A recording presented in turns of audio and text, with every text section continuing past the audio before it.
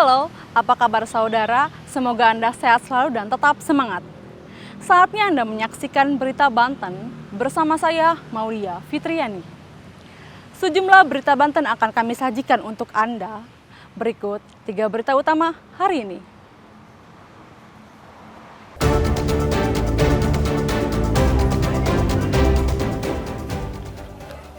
Ledakan misterius di Tangerang Selatan, 4 rumah rusak berat.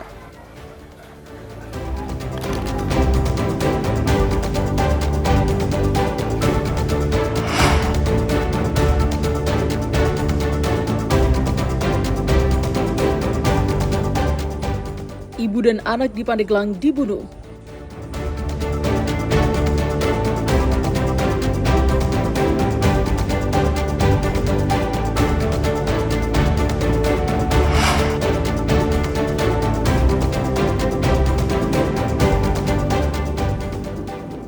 Kapal ditabrak tongkang, nelayan Labuan hilang di tengah laut.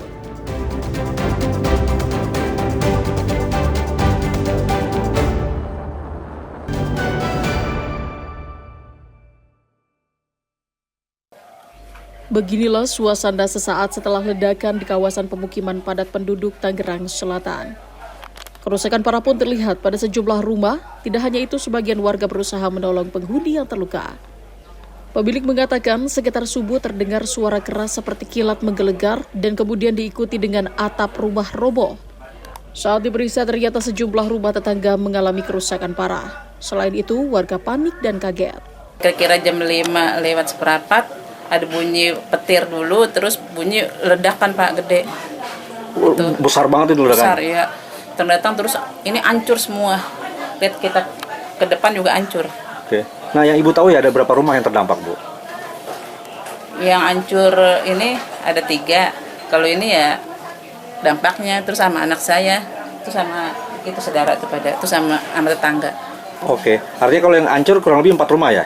4 rumah. Cuma selebihnya dampaknya ada di tetangga yang lain? Iya, terus anak kita juga atasnya hancur. Oh iya, iya. Kini lokasi ledakan sudah terpasang garis polisi dan dijaga ketat petugas kepolisian. Sejumlah warga penghuni diketahui mengalami luka bakar dan ringan akibat peristiwa tersebut. Hingga kini belum diketahui secara pasti penyebab ledakan. Ariel Maranus dan Syabudinatar melaporkan dari Tangerang Selatan. Pembunuhan yang terjadi di lingkungan keluarga kembali terjadi. Kali ini peristiwa memilukan ini terjadi di Desa Purwaraja, Kecamatan Menes, Kabupaten Pandeglang. Warga geger karena seorang ibu dan anaknya yang berusia 10 tahun ditemukan terbujur kaku di dalam rumahnya. Warga yang penasaran dengan kondisi para korban pun berdatangan ke tempat kejadian perkara yang berada di tengah pemukiman padat penduduk. Korban bernama Indah Sakinah berumur 24 tahun dan anaknya berinisial Ika berusia 10 bulan. Kedua korban ditemukan dalam kamar rumah. Diduga keduanya tewas setelah dicekik Iqbal, suami dan ayah korban. Setelah menghabisi kedua korban, terduga pelaku sempat menggorok lehernya menggunakan senjata tajam. Meskipun sempat dibawa ke rumah sakit, nyawanya tidak tertolong. Kejadian tersebut pertama kali diketahui oleh orang tua korban Indah yang melihat bercak darah pada sendal yang berada di depan rumah korban. Saksi kemudian langsung menuju kamar korban. Mengetahui pintu dalam kondisi terkunci, saksi kemudian mendobrak pintu secara paksa dan terkejut melihat anak dan cucunya sudah terbujur kaku dengan kondisi terlentang di atas kasur. Sedangkan sang menantu berada di bawah kasur dengan kondisi sekarat karena luka sayat di pergelangan tangan dan luka robek di leher. Diam aja, ini kerasin, masih juga diam. Tadi situ saya Digedor Bapak sama Bapak? aduh, gua nggak buka. Di situ tendang sama siapa itu. Pertama nggak itu ya, pintunya nggak terbuka. Yang kedua baru Nah, setelah terbuka, terbuka tuh. langsung dilihat. Ngelihat, pertama nggak ngelihat darah dulu tuh. Ngelihat anak dulu, ya, sama cucu saya tuh. Kok pada diem? Ngelihat ke bawah di bawah kasur, darah makin banyak gitu. Nah, itu nggak ngelihat suaminya dulu tuh, nggak ngelihat anak dulu kan, fokusnya ke anak sama cucu. Makanya saya deketin itu anak, ya kan? Nah, gini Pak, setelah Bapak melihat anak Bapak itu kan, itu posisinya bagaimana Pak? Lagi tidur, program begini. Sementara si suaminya ini pada waktu Bapak melihat, apakah masih hidup atau? Kayaknya masih hidup, masih ada napasnya. Ada Masih napas. Nah, setelah itu si suaminya Dibawa kemana Pak? Dibawa ke rumah sakit yang tadi digotong bareng-bareng digotong ya. Sama warga? Sama warga. Dari hasil olah tempat kejadian perkara, polisi menyita barang bukti berupa kabel, pakaian dalam, dan 1 golok. Pagi hari biasanya setengah 6 itu sudah ada aktivitas atau kegiatan, namun saat itu dikarenakan tidak ada aktivitas, bapaknya sempat memanggil si anaknya maupun cucunya, namun tidak ada respon. Kemudian si bapak ini sempat masuk ke dalam rumah.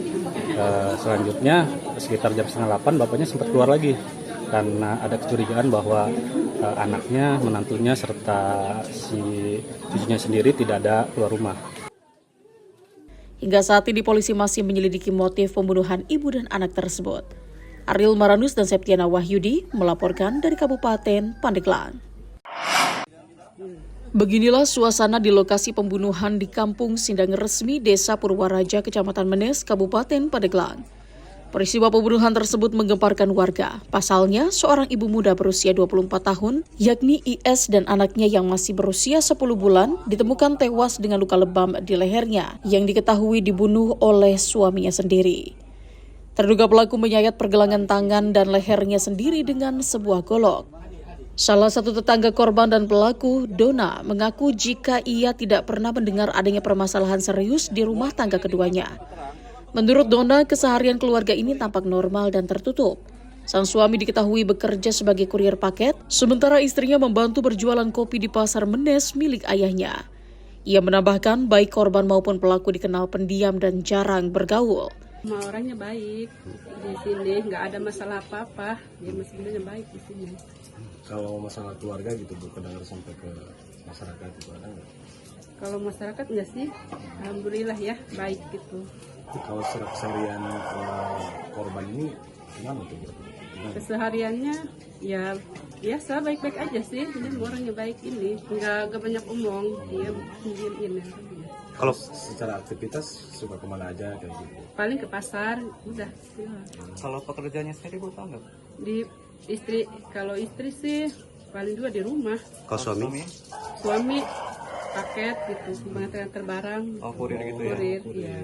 Hingga saat ini Polres Pandeglang masih melakukan penyelidikan lebih lanjut terkait motif dan kronologi lengkap peristiwa tragis tersebut. Ariel Maranus dan Septiana Wahyudi melaporkan dari Kabupaten Pandeglang.